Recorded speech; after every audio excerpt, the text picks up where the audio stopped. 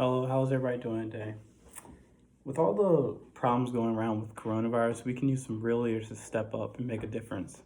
So, today I'm going to be talking to you about one law that you can use to become a better leader, or become a leader if you're not one already. Leadership Law 7, the law of respect. If you want to become a great leader, you have to be respected. If no one respects you, then you're just not a leader because no one's going to follow you if they don't respect you. So, what is Law 7? Law 7 is respect. People naturally follow leaders who are stronger than themselves.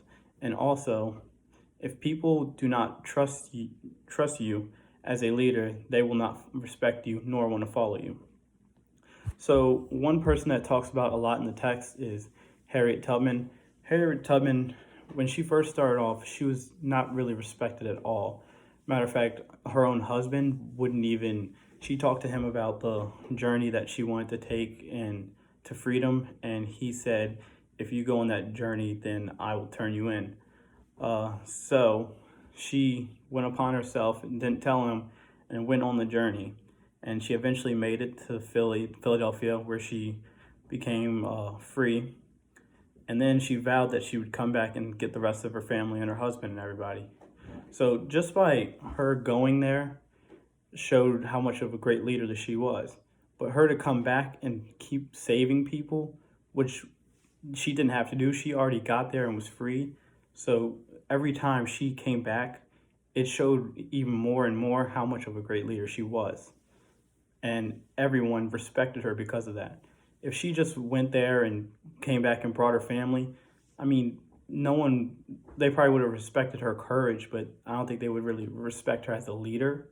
But just the fact that she came back multiple times to get more and more people and free them just showed how respected that she became.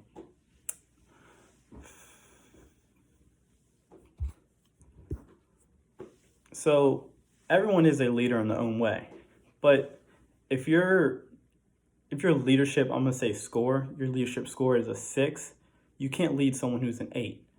So one thing that I like to use, like an example that I would use for this is it's kind of like a chain of command. So like for my lacrosse team, we have our head coach. Our head coach is a 10 for leader. He's a 10 out of 10 for leader.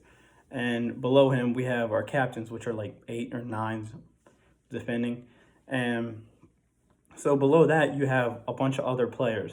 I mean, you don't have to be a coach or a captain to really be a leader. You can be a leader, but your score is just not going to be as high as like like a captain. Like captains are captains for a reason. It's because they're great leaders. So, and they're respected.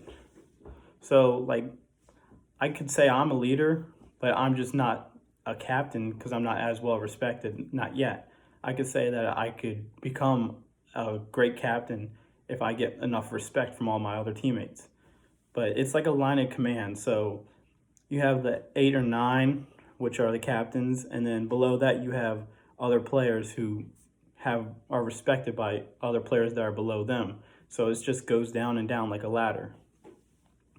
So chapter 7 also talks about how when they first start off, when a group of people is put together, they first start off, like as far as like a team goes, when they first start off, they don't really know what direction they want to go in. So everybody's going in different directions and it's real chaotic. But once they soon start to figure out who's a leader and who's not a leader and who's a better leader than the other person. And that usually straightens them all out to going in the same direction, going towards the same goal. In the text, it talks about the story of Luke Walton, who he was, and he played in the NBA. But this story is about his time in college at UCLA. So Nick's coach, or Luke's coach, my bad. Luke's coach, he had a no beard policy, and Luke had a huge beard. So his coach told him, "You're gonna need to shave that." And Luke responded, "No, I can't." And then his coach said, "Well, Luke, we're gonna miss you." And sooner or later, I think it got through Luke's mind, like what the chain of command is, and eventually he shaved his beard. So I think that's an interesting story about how like you can see like he figured out what the chain of command is and how the coach is like a 10 and he's new, so he might be really down low, or he can come in and be new and still be up there in the chain. So this is another story that is talked about in the book. It's about a black basketball player. I don't think it really said his name, but he's a basketball player who, and that was when they first started in the NCAA letting black people play in the basketball league. So he played at North Carolina, and the coach at the time was the well-respected Coach Smith. And after the game, they had a game at South Carolina. After the game, coach was walking off with that player, and someone in the fans called him a what was it? Let me look at my notes. Called him a black baboon. Big black baboon, that's what it was. And Coach Smith had to be held back by his two assistant coaches to not get after this guy who called him that. And just as like a player, when you see someone that cares about you more than just like on the court, cares about you, like what people say to you and everything, that goes a long way. That's why Coach Smith was so respected by so many players. He sent many players to the NBA. He even coached Michael Jordan. And this is just a great story about how he gained the respect, because it wasn't just like, oh, I'm the coach, you're a player. It was more like a respect for each other than anything, which made him such a great coach. So lastly, I want to leave you guys with like a quote that I made up.